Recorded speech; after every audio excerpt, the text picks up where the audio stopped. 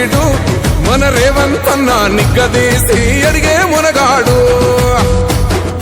వీడు భూమిన వానైతాడు బీద సాదల ధైర్యం వీడు దొంగ దొరల భరతం పడతాడు మన రేవంతన్న పేద ఇంటికి పండుగ తెస్తాడు సోనియమ్మ దివెనతోని రాహులన్న సైనికుడయ్యి పెద్ద కొడుకై యుద్ధం చెయ్య సిద్ధమాయే రేవంతన్న మూడు రంగుల జెండా పట్టి సింగమోలే కదిలినాడు ఒక్కరో కాంగ్రెస్ సూరీడు మన రేవంతన్న నిగ్గదీసి అడిగే మునగాడు